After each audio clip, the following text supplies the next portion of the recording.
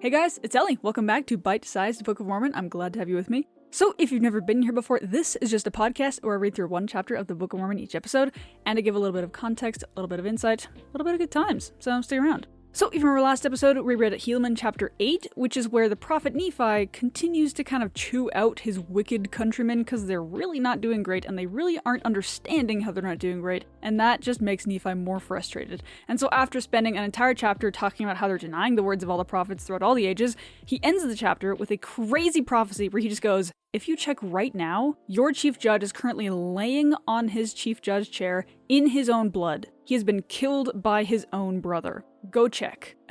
And then the chapter ends. So anyways, we are going to actually get the second part of that story now, the resolution to the story in this chapter. So I'm excited to finally finish off this crazy cliffhanger that we had last week. But yeah, I think without further ado, let's read Helaman chapter 9. Behold, now it came to pass that when Nephi had spoken these words, certain men who were among them ran to the judgment seat, and even there were 5 who went, and they said among themselves as they went, Behold, now we will know of a surety whether this man be a prophet, and God hath commanded him to prophesy such marvelous things unto us. Behold, we do not believe that he hath, yea, we do not believe that he is a prophet. Nevertheless, if this thing which he has said concerning the chief judge be true, that he be dead, then will we believe that the other words which he has spoken are true. And it came to pass that they ran in their might, and came in unto the judgment seat, and behold, the chief judge had fallen to the earth, and did lie in his blood. And now behold, when they saw this, they were astonished exceedingly, insomuch that they fell to the earth, for they had not believed the words which Nephi had spoken concerning the chief judge. But now when they saw, they believed, and fear came upon them, lest all the judgments which Nephi had spoken should come upon the people. Therefore they did quake, and had fallen to the earth. Who's surprised that Nephi was right about the fact that the chief judge is currently dead? And what's funny about this murder, like if we step back and separate it from the fact that Nephi just prophetically said, hey, your chief judge is dead, if we step back from that part and we just think about the murder itself, it's really, really ironic. Because last chapter it said that both the chief judge and his own brother who killed him were both Gadianton robbers. Even the Gadianton robber, brotherhood that exists is not completely healthy. Originally, it seemed like it was a lot more of a covenant brotherhood, they supported each other, they kept each other's secrets, it was very one united front of murder, It was bad, but at least it was united. But now it seems like it's kind of falling apart. Everyone is just there for their own gain, and so they have no problem killing people in their own brotherhood. And so, not only are the Nephite people as a whole completely sick with sin, but so is the very group that brought the sin to them. It's rotting from the inside out, and this is just kind of a sign of the times. What a place to live in. Now immediately when the judge had been murdered, he being stabbed by his brother by a garb of secrecy, and he fled, the servants ran and told the people, raising the cry of murder among them. And behold, the people did gather themselves together unto the place of the judgment seat. And behold, to their astonishment, they saw those 5 men who had fallen to the earth. And now behold, the people knew nothing concerning the multitude who had gathered together at the garden of Nephi. Therefore they said among themselves, These men are they who have murdered the judge, and God has smitten them, that they could not flee from us. And it came to pass that they laid hold upon them, and bound them, and cast them into prison. And there was a proclamation sent abroad that the judge was slain, and that the murderers had been taken and were cast into prison. And it came to pass that on the morrow the people did assemble themselves together to mourn and to fast at the burial of the great chief judge who had been slain. And thus also those judges who were at the garden of Nephi, and heard his words, were also gathered together at the burial. And it came to pass that they inquired among the people, saying, Where are the 5 who were sent to inquire concerning the chief judge, whether he was dead? And they answered and said, Concerning this 5 whom ye say ye have sent, we know not. But there are 5 who were the murderers, whom we have cast into prison. And it came to pass that the judges desired that they should be brought, and they were brought. And behold, they were the 5 who were sent. And behold, the judges inquired of them to know concerning the matter. And they told them all that they had done, saying, We ran and came to the place of the judgment seat. And when we saw all things even as Nephi had testified, we were astonished, insomuch that we fell to the earth. And when we were recovered from our astonishment, behold, they cast us into prison. Now, as for the murder of this man, we know not who has done it, and only this much we know. We ran and came according as ye desired, and behold, he was dead, according to the words of Nephi. So the 5 Nephites that were sent to go check whether or not the chief judge was dead are convicted of his murder. Yay! This definitely speaks to a healthy judicial system that functions correctly. So anyways, it's kind of hilarious because they're literally at the chief judge's funeral, and some of the people that were in the audience when they were talking to Nephi in his garden tower, they're like, hey, do you know where these 5 people went? Like, we sent them to go see if the chief judge was dead, and we never really heard anything from them again. And whoever he's talking to goes, well, I can't tell you about those guys, but there are these other 5 guys that are the murderers. And that's how the chief judge finds out, oh wait, that's who we sent, actually. Anyways, wow, what a time to be alive, right? What a miscarriage of justice, yippee. But I like how in verse 15, when they're kind of reporting on their activities to the judges, they say, we know not who has done it, and only this much we know. We ran and came according as he desired, and behold, he was dead, according to the words of Nephi. So these Nephites that were sent to go see this murder were like, well, we don't know who killed him, but we do know that Nephi was telling the truth. And I think that's how testimonies are built. It reminds me of Alma 32, when Alma is like, hey, if you give place for the word, if you plant it as a seed and it will grow and give you fruit, you can't be 100% sure that God is real, because faith is not a perfect knowledge, but you can be 100% sure that the fruit was good that came from the seed. And so you can be sure of that, and therefore you're pointing in the right direction to believe in God. So what they're saying is, well, we don't know who the murderer is, but we do know that Nephi was right. And so that is something that kind of points them in the right direction. It points them towards truth, right? It isn't unequivocal evidence that God is real, but it's really compelling evidence, and it pushes them in the right direction. So again, faith is not and cannot be a perfect knowledge, as is repeated multiple times in Alma 32, but there are things about our testimony that we can be sure about, like Nephi was right. So I think this is just a cool example of something realistic about faith. That we can't be sure about everything. We don't have to know everything. In fact, we cannot know everything. But you can know a little bit, and that little bit can be very, very important, and can definitely point you in the right direction.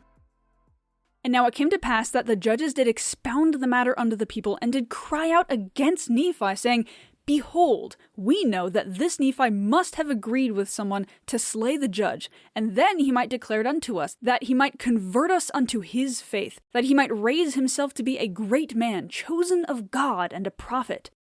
And now behold, we will detect this man, and he shall confess his fault and make known unto us the true murderer of this judge. And it came to pass that the 5 were liberated on the day of the burial. Nevertheless, they did rebuke the judges in the words which they had spoken against Nephi, and did contend with them one by one, insomuch that they did confound them. Nevertheless, they caused that Nephi should be taken and bound and brought before the multitude, and they began to question him in divers ways, that they might cross him, that they might accuse him to death.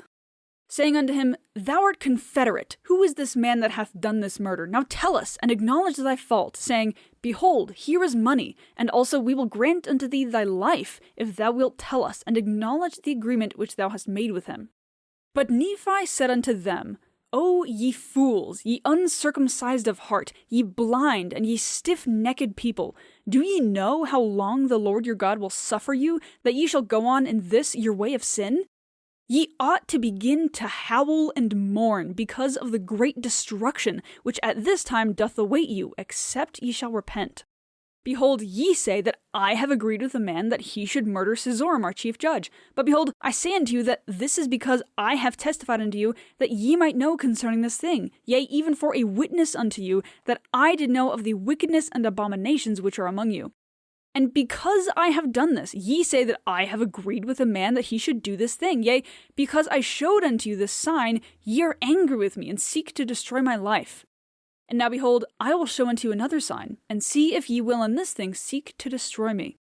I don't know about you, but I'm very excited to hear Nephi's second sign he's going to give this people. So when I was talking earlier about how these people that were sent to go kind of witness the murder of Sizoram, the chief judge, you know, they didn't gain a perfect knowledge that Nephi was a prophet, but they did gain a witness that he was right in this specific thing. And I'm sure some of you were like, but can't they be sure that he was a prophet? Like, he prophesied something perfectly, like it completely came to pass as he said it. And I say that that wasn't a perfect knowledge because the people here are arguing against it. They're like, dude, he planned this in advance. This is all a ruse just to get us to convert to his religion. And so even something as clear of a sign as possible, like the prophecy that Nephi just pulled off, is completely discounted and completely ignored. And so It's not a concrete, perfect knowledge that Nephi is a prophet, but it definitely got these people that saw the murder to point in the right direction because they were arguing against the judges that were trying to argue against Nephi. These Nephites were convinced. They saw it with their own eyes and they were like,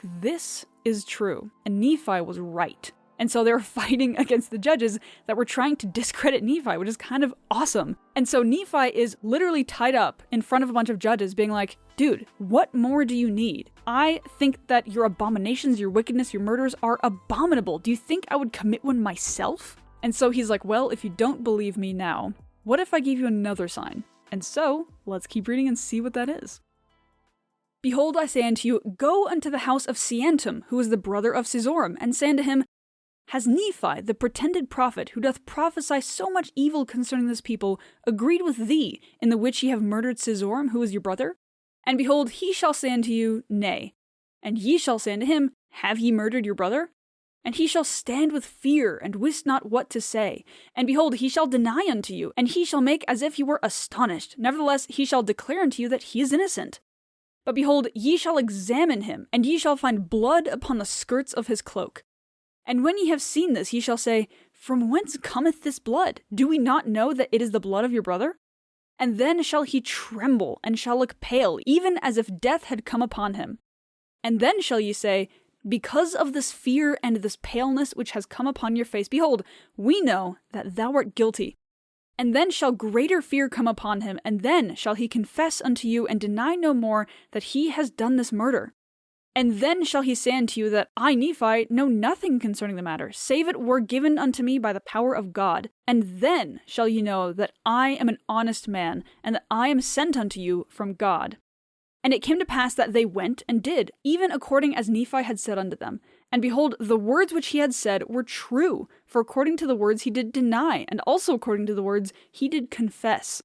And he was brought to prove that he himself was the very murderer, insomuch that the 5 were set at liberty, and also was Nephi. And there were some of the Nephites who believed on the words of Nephi, and there were some also who believed because of the testimony of the 5, for they had been converted while they were in prison. And now there were some among the people who said that Nephi was a prophet.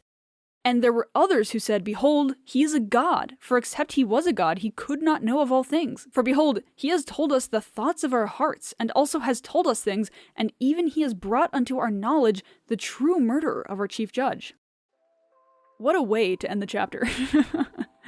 Golly, what a time to be alive, dude.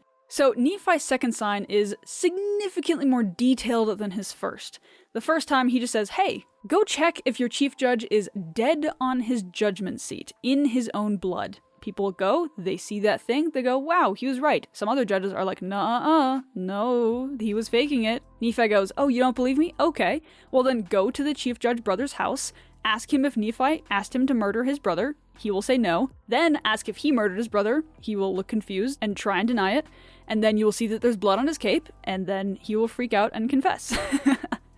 And then they went and did as Nephi said, and that happened in the exact way that he said it would. So yeah, it's way more detailed than his first prophecy, and it's so funny to see it all just kind of happen perfectly, right? Like Nephi said it would happen, and it happened. Nephi said this other thing would happen, and oh look, it happened in the exact way that he said it would. That is awesome. And also what came out of this whole debacle is that there's some more believers now. Like the 5 people that were sent to see the murder, they're now converted. And there's some other people, unrelated to the issue directly, that think that Nephi is a prophet. And there's even some that think he's a god, which is a little bit insane, but you know what? Close enough, I guess. They're on the right path, right? Anyways, so wild things are happening in the Nephite world. There's murders happening, there's murder accusations being thrown around, there's false arrests, there's everything is happening, and Nephi is right in the middle of all of it. So, anyways, what a chapter. Nephi is such a Chad for pulling 2 power move prophecies that are so easily disprovable. He added so much detail, and yet it all worked out because Nephi's a prophet and he is awesome.